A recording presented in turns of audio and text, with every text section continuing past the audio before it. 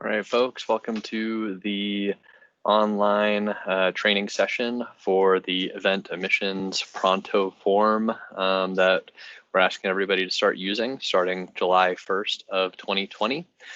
I'm recording this video for folks who were unable to attend the training in person, and I'm going to go kind of quickly through just all these slides and the application itself, showing you what goes where. I'm not gonna pause so much, since you can press the pause button on your computer. Make sure that everything makes sense to you. So please follow along. So the reason that we're here today is to talk about this Pronto form. Why are we here? The CDPHE, which is the regulating body in the state of Colorado for air emissions, is now requiring us to record event-based emissions, to report them, and to permit them. What is an event-based emission? So what we're talking about here are blowdowns of gas that would typically remain in the pipe to the atmosphere. So any process that typically contains process fluid, in this case, gases that we vent to the atmosphere intentionally or unintentionally, we need to record, estimate emissions, report those emissions, and ultimately permit those emissions. Additionally, outside of just following the new state regulations, we now also need to be able to provide visibility to the business unit on what our total facility emissions are, so that we can maintain compliance, so that we know if the next time we unload a well at a facility, it'll push us over a limit. Before now, we didn't have a single tool that existed that could collect that data in a way that could be consumed by other systems rapidly. So our goal here is to create that tool, to be able to feed the information to our other systems, to estimate total facility emissions kind of on the go, so that we can highlight any facilities where we need to operate more carefully or take any other measures. I do want to address the fact that I know there's a little bit of overlap with some of the data that we're asking to collect using this tool. And we are intending to eliminate multi-system efforts as we can. But for the time being and for some period of time, we will have some overlap, particularly well unloading data will be collected in Even as well as this tool until we are completely stood up and confident everything is working smoothly. Next up, what are we talking about? We're talking about a Prontoform, which is a data collection tool. I'll suggest that you pause here if you don't have Prontoforms installed on your phone. You pause this recording and go ahead and download it from the App Store. If you're a Noble employee, use your company single sign-on. If you're not a Noble employee, but you know that you're a user who's been granted access, go ahead and use your vendor email address and log in, attempt to log in. If it doesn't let you, you can say you forgot your password. If that doesn't work, shoot an email to me and we'll make sure that you're set up. All right, so I'm assuming you've got it on your phone now. Prontoform is a data collection tool. It's a good tool for our purpose because it allows us to only ask for the data that we need. We're going to collect data for lots of different types of activities, and we'll have different questions that we need to answer for those activities in order to estimate emissions and report according to our new regulatory requirements. Different types of activities that we'll go through: things like facility or equipment blowdowns or purges, compressor blowdowns, purges, startups, well work, so unloading a well, swabbing a well, blowing down a well, or other unexpected gas releases. You can refer back to this presentation, this PowerPoint, alternatively to this video in the future. Today, I'm also going to walk through the data form on my computer, which will look very similar to how it looks on your phone. So on to the details. This is the first page you're going to see. I'm going to walk through this for this presentation, all on the Pronto form, until we get to the conclusion slides. So follow along on your device, hit pause when you need to, and here we go. So when you open Prontoforms on your phone, you should see 4 little dots. You'll want to click on the forms dot, and you should now have a form called event emissions based on different events in your form library. If you don't, shoot an email to me and I'll make sure that it gets distributed to you. And if you don't see it, you might drag down your forms list. It'll refresh it and it might pop up here. You'll want to go ahead and click on the event emissions and then say new event emission. So you're seeing here that it's asking for a number of different inputs. The first input that it's going to ask for is where are you? There are a number of different ways to identify where you are. One of the first options is to say where a well at a facility that you're located at. And if you've selected that radio button, you can click on the well list, type in a few letters of a well, select that well. You'll see that it also named the facility that that well lives at. So if you're at a Noble Energy location, that's a pretty good option. I think it's a lot easier to navigate to your facility by saying a well at the facility, since you're going to see all the wells listed on the placard at the gate of the facility. If you are at an NBLX facility, there is also a drop-down specific for NBLX permitted facilities. If you are at an NBLX facility that is in the middle of nowhere and not tied to a facility that has an air permit, you would select other and go ahead and type out, I am near these county roads as a description of where you are. We don't need you to pull out a GPS coordinate or be especially specific, but we do need some sort of description so we have an idea of where this activity happened. Additionally, if you hadn't selected a well yet and you are not at an NBLX facility, you can also just type in a location description. However, if you are at a facility, we want you to identify that facility if possible. So that allows us to tie these activities to that facility, roll up the emissions in the appropriate way. The next thing, now that you've said where you are, it's going to ask when. So this is pretty self-explanatory. If you're doing some kind of work, maybe you're performing maintenance on a separator, you're blowing down a pig launcher to receive a pig, you just tap there, it'll auto-populate to the current time. And you can adjust this as you need. You know, if you didn't fill this out as soon as you started your activity, roll this back. I'll say this activity for me started at 12:40 p.m. Hopefully that is fairly self-explanatory. I do want to note that if you do not fill this out as you go, please make mental notes, just what time of day you start performing activities so you can fill this out down the road. So now that you've said where you are and when you are, we're going to ask, what are you doing? So the way that this application works is that there are a number of different categories that you can select from. If you hit this drop down, you'll see them all pop up. There's blow down or purge. So that's blowing down a vessel to the atmosphere. There's unexpected gas release or other. This is kind of a catch-all for anything that's not going to fit in the other categories that I'm listing. There's the well maintenance flowback. In this instance, that means like unloading a well to return it to service. There's well maintenance swab, well maintenance non-emitting. This is really a category just to capture the good work that we're doing when we don't emit gas to the atmosphere, when typical practice might have involved venting gas to the atmosphere. We're collecting this data just so we can tell the state, hey, look at these good efforts that we're making. There's another category, well blowdown. So that's for activities that involve opening up the well bore that are not flowback or swab. So some other sort of maintenance or P&A activity. There's also a specific compressor blowdown category. Really, this works very similarly to the blowdown or purge, but a little bit more specific in our pick lists when we're talking about compressors.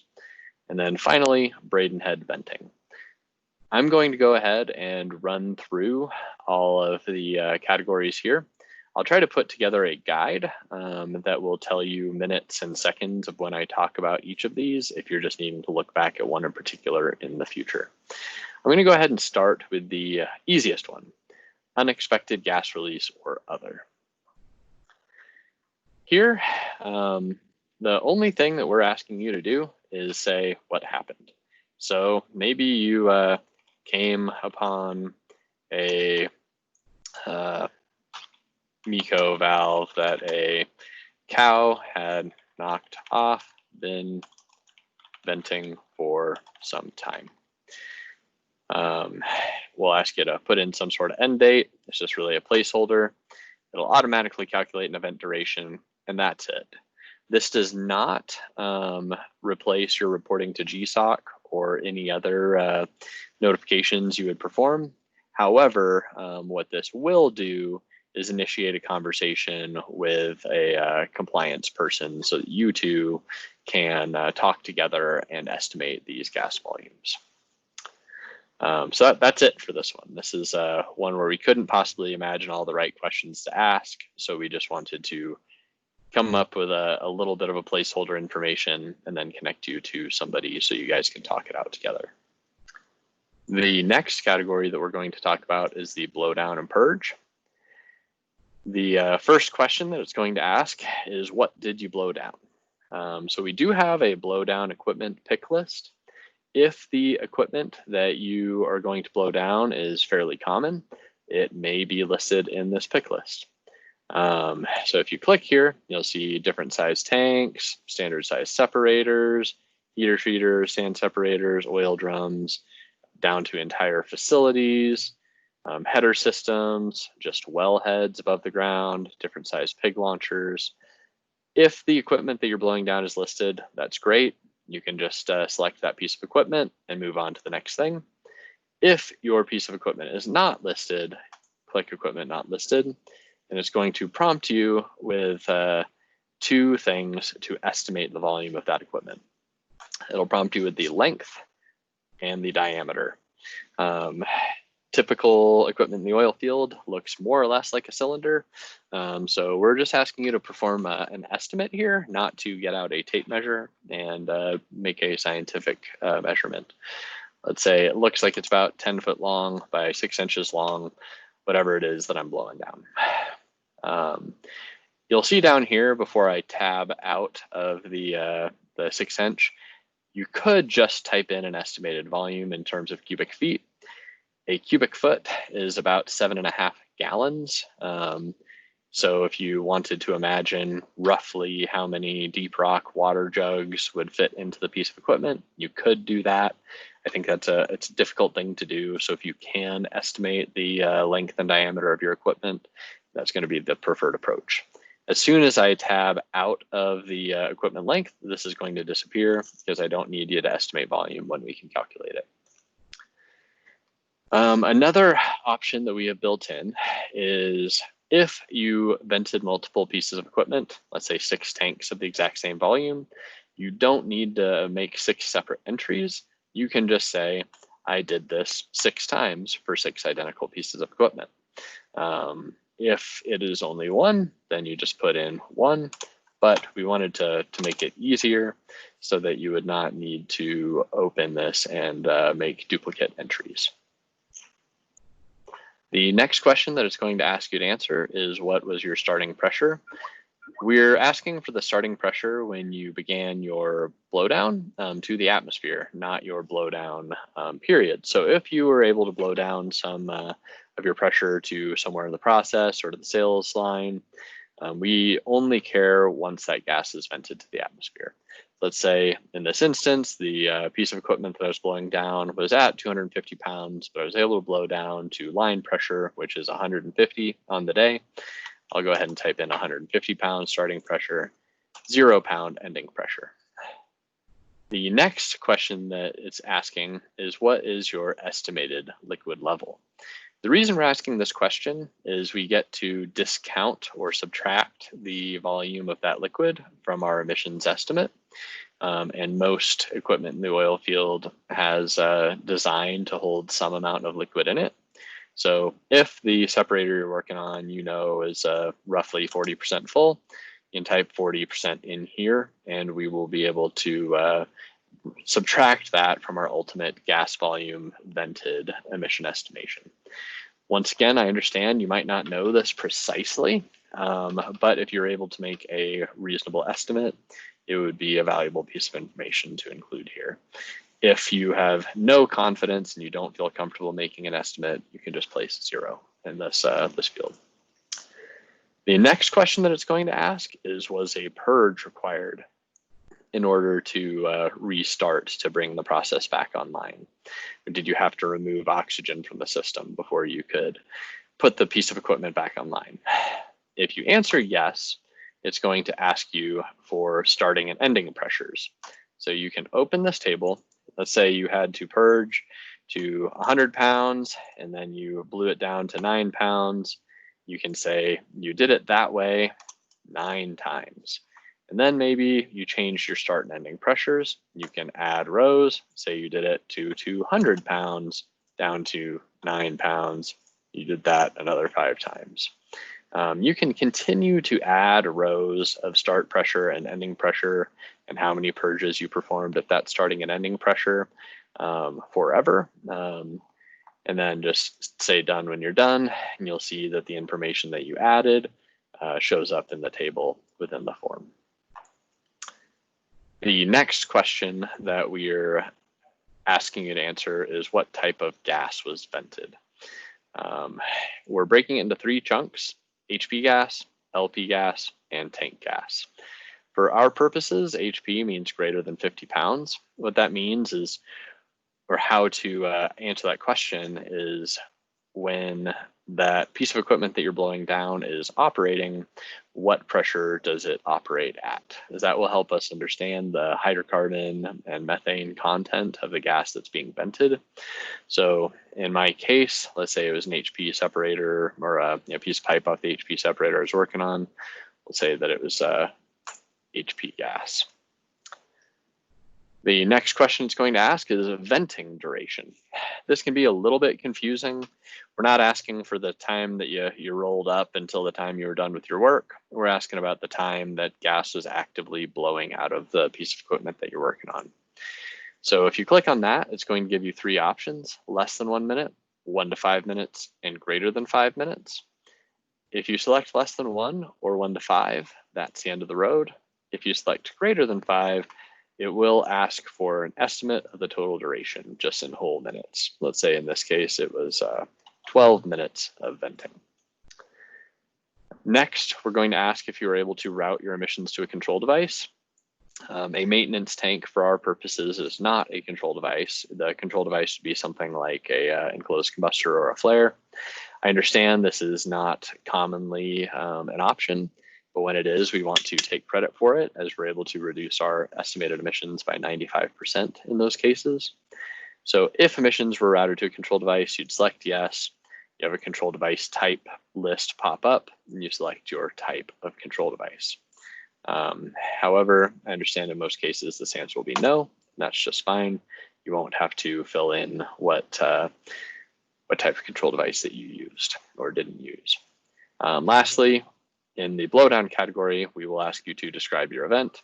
The description from my my other category that I'd started is still here. I'm going to go ahead and describe this event as blew down a separator. It'll ask you for an end date, same as before. It'll auto-calculate event duration, which is different from the venting duration. Event duration would encapsulate the time from when you began your work to when you completed your work. And then hit submit.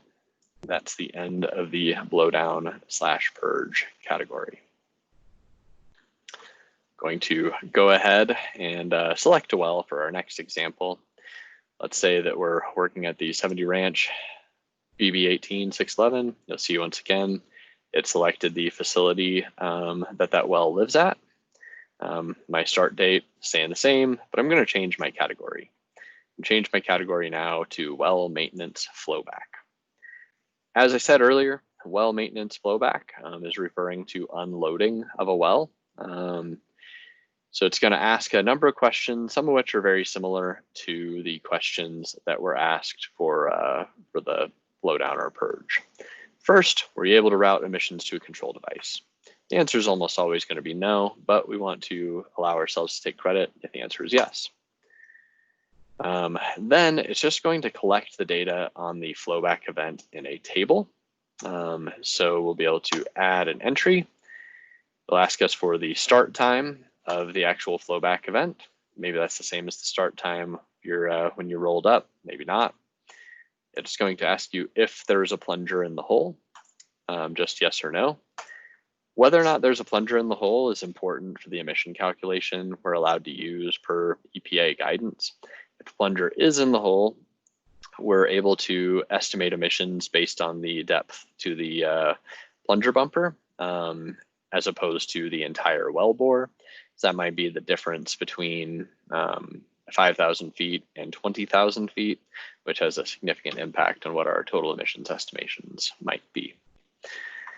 The next question we ask is, was head gas sold if possible? Yes, no, or not applicable. Yes, if you did it. No, if you didn't.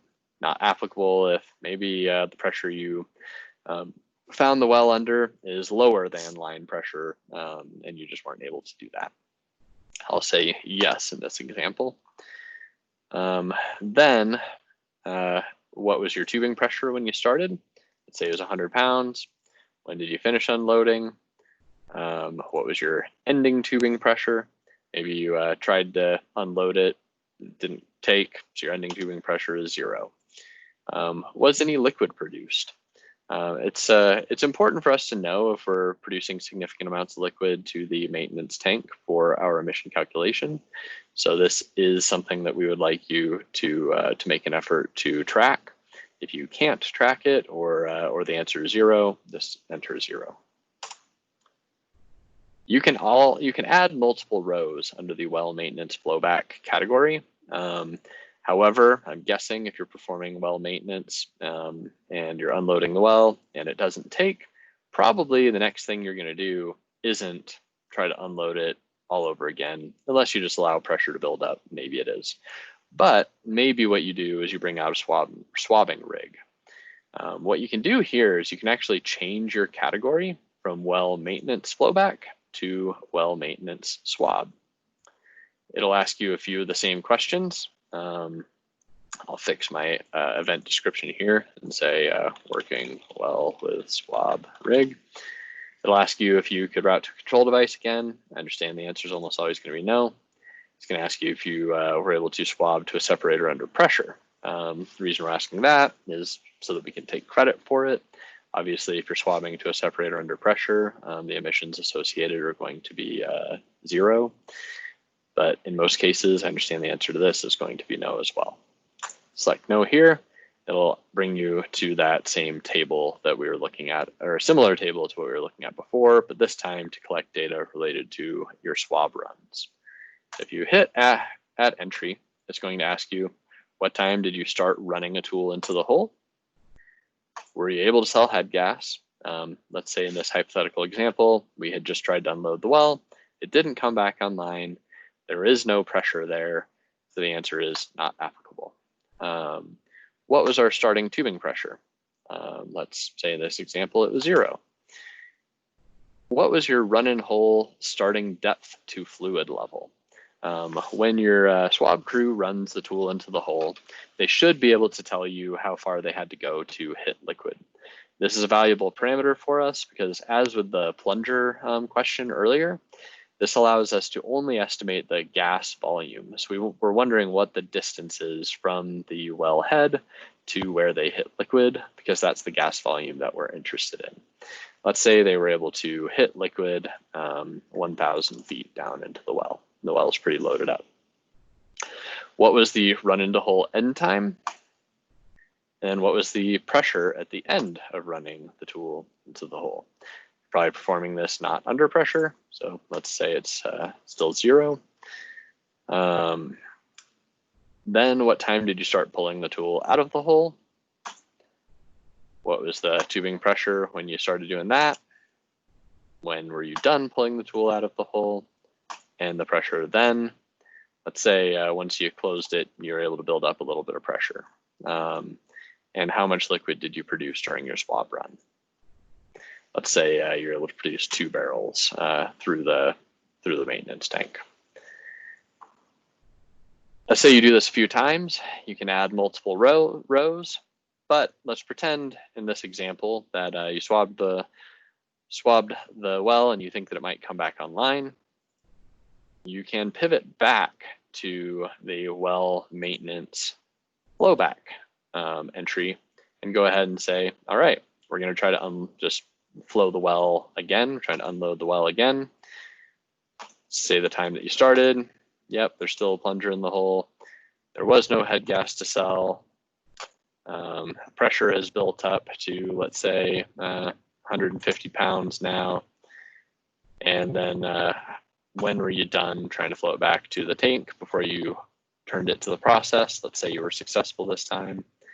The ending tubing pressure, it just came right up to line pressure of 180 pounds that day. And how much liquid did you produce to the maintenance tank? Say 5 barrels. Then you can say done. You'll see here your 2 entries for unloading the well are there, and then your entry for swabbing a well is also still there. It'll ask you for the end date of your activity.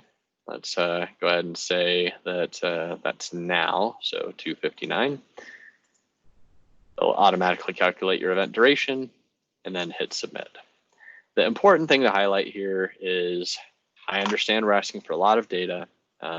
However, if we don't collect the amount of data that we're collecting, we have to make these calculations simple. And when we make these calculations simple, they become conservative and overestimate emissions. On our first stroke of trying to establish what the impact of these new rules would be, it looked like emissions from well unloading and well swabbing were going to significantly impact our operational flexibility at our locations. However, when we were able to refine those calculations by collecting more data, we were able to reduce the impact of these activities on our operational flexibility. So while I appreciate this is a lot to ask, it will do a lot for how we're able to operate our facilities. I'm going to go ahead and move on to the next category. We killed 2 birds with 1 stone there. If you didn't notice, going through well maintenance flowback and well maintenance swab. Now we're going to go ahead and hit well maintenance non-emitting. Once again, this is kind of an attaboy category where you might say, what did you do? We were able to hit this well with Certarus. What did we do? We unloaded the well and we're done. That's all that it's asking for. We're not asking you to write a novel. We just want to keep a record of how we were able to unload the well, do well maintenance without emitting so that we can say, hey, state, look at this good work that we're doing. Go ahead and move on to the next category of well bore blowdown. I do want to highlight that if you're just blowing down the well head, let's say you're putting some slick line down and you just had to blow down the lubricator, this category is not for you. That would be under the blowdown or purge category. This category is for when you're blowing down the well bore, either the tubing or the casing for some sort of maintenance or P&A work.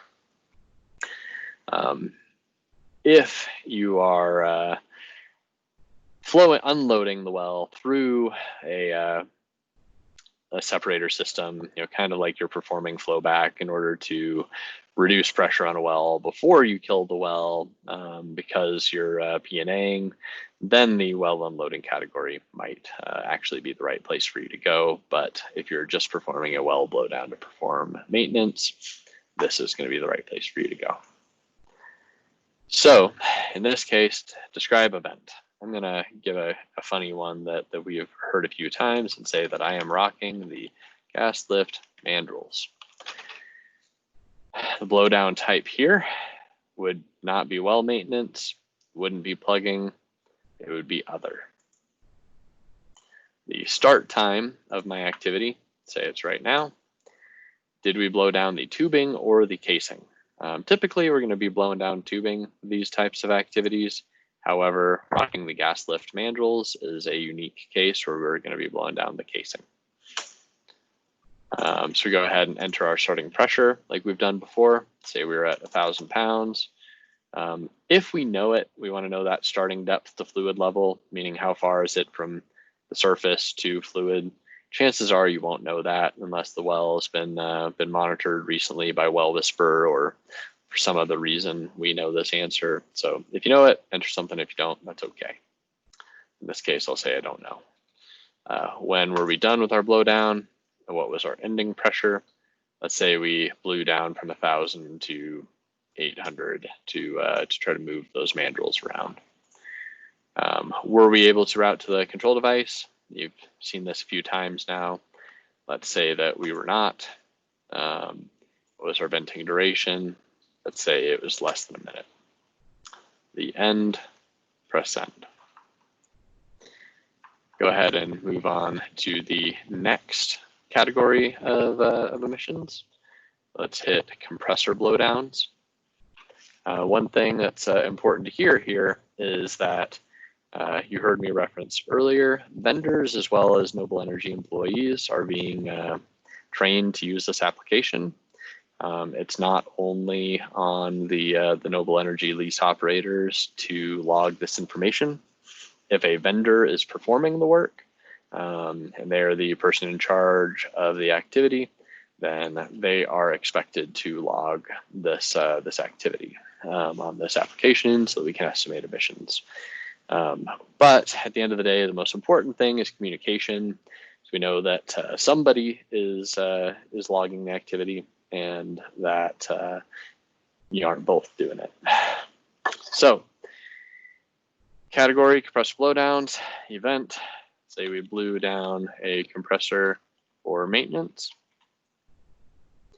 Compressor model, so similar to the equipment pick list on the blowdown side, we've got compressor model. What you'll notice is that these are actually engines. These aren't compressors. It says compressor for this type of engine. We worked this list with Luke Red. It should be pretty complete. If you believe something's missing from it when you're performing this activity, you can select other and then type in, this is my compressor model. And what's going to happen is we're going to have to reach out to you and figure out what's going on and add that to our table.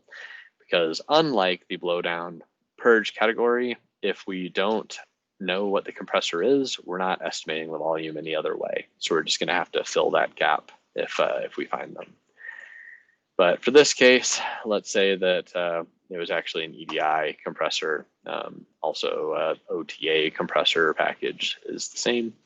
But what was our starting pressure? Let's say it was at 150 pounds.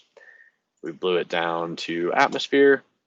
We could have said we blew it down to only 30 pounds if we just had to blow it down to restart it or something. In this case, in my example, I'm going to say to atmosphere. What type of gas was it? Let's say this is a little Kubota sales gas compressor. What was purge required before I started back up? The answer is probably yes.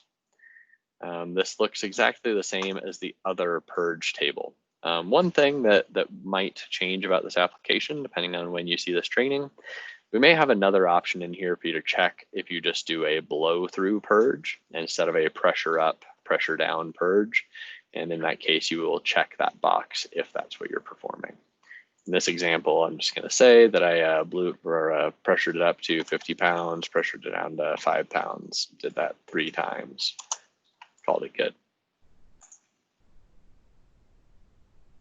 Were we able to route to control device? The answer is almost always no. I'll pretend it's yes here just so you can see me go through it. Check yes, control device type. We'll say in this case that it was a permanent enclosed flare. Somehow we were able to blow down to. The next question it's going to ask is if a starter is used and the starter uses natural gas, how many starter attempts did we have to go through? So I want to clarify, if we're using instrument air, we don't care about it. If we're using electric, we don't care about it. But if we're using a natural gas starter to spin up the compressor, Then we need to log how many attempts it took so we can estimate the gas released. Say in this example, it was a cold day. It took me 7 tries to get the compressor to kick back on. The next question you've seen before, venting duration. I'll say it was less than a minute. When did we finish our activity? And then it automatically calculates the event duration. That's the conclusion on this one. The next entry, our next category that we'll go through is our last category, Braden head venting. If you're venting a Braden head, you will be asked to describe what you're doing. So maybe you're doing a Form 17 test. What was your starting surface casing pressure? Say it was 80. What was your ending? You blew it down to 0. If you're performing gas abatement and you actually have a meter, so you know how much gas you're blowing down when you're performing your gas abatement, we're asking for your starting meter reading and your ending meter reading so that we can subtract these and get the total gas vented. Then we've got kind of a just check yourself question here. Was hydrocarbon gas vented? If the answer is no, you really don't need to be filling out this form. This is here in the case that you came upon a well, had some pressure on it, you're relieving that pressure, but maybe it was just liquid in there. It's not a gas blowdown at all. You'd say yes there, or just realize you don't need to fill out this form. So I'll say that hydrocarbon gas, I'd say you'd say no there, or realize you don't need to fill out this form. I'll say hydrocarbon gas was vented. How long was it vented for to gas flow end? This should be logged as part of your Form 17 Braden head test. I'll say in this case it was 8 minutes. Were you able to route to a control device? If you're doing a Form 17 test, chances are no. However, if you're performing gas abatement, the chance might be yes. Say no in this case, since I said I was doing a Form 17 test up above. Then end date and event duration, and click submit. So those are all of our entries. I want to point out that there is a slide with the inputs for those different categories within the slide deck, if you want to refer back to that. But first, I'm just going to run through some anticipated frequently asked questions. One, just want to emphasize on the equipment length and diameter. We're asking just for best estimate for equipment that isn't listed in the dropdown. We don't expect you to walk around with a ruler or use measuring tape. We do ask that you do the best that you can. Estimated liquid level. We want to know the amount of the vessel that's currently filled with liquid so that we don't count that as gas when we're blowing down the vessel. This helps us be more accurate and not chew up emissions on our permit by assuming everything is gas. The gas vent characterization, once again, we're breaking this into 3 pieces. We're calling HP gas greater than 50. I understand that probably doesn't mean HP gas to a lot of people, but in terms of our emission estimations, that's where we're drawing the line. There's more methane and less VOCs in HP gas. There's more VOCs and less methane in tank gas. We're just cutting gas into 3 different chunks so that we can estimate our emissions. The estimated total duration of venting, once again, is just the amount of time that gas is blowing to the atmosphere. So if you rolled up on site at 7 in the morning and you worked until 2 in the afternoon, but you only vented gas for 2 minutes in that period, we care about that 2 minutes, not the 7 hours that you spent total working. The purge entries, once again, that's if we're blowing more gas to the atmosphere because we're getting oxygen out before we come back online. A well maintenance flowback means opening the well to the atmosphere for unloading or intermittent steps and swabbing to see if the well will come back online. Additionally, could mean if you're just bringing down the pressure on a well before you bullhead it, that would be the right way to capture that information.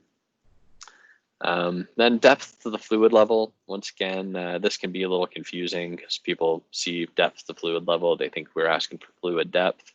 What we're asking for is a linear space of vapor in the well. So how far do you have to go before you hit the liquid? All right, folks. I just want to say thank you. Without everybody's efforts, we wouldn't be successful. We wouldn't be able to maintain our license to operate. I know the culture at Noble is excellent. We've shown the ability to rise to the occasion before every time that we get asked to do more, even though we don't have more resources. This is a new big lift on all of us in the organization who actually perform work out in the field. Thank you guys so much for your time, and please reach out to me if you have any questions. My name is Sean Higgins. My email is sean.higgins@nblenergy.com, and my phone number is 303-898-2897. Thank you guys again, and have a good day.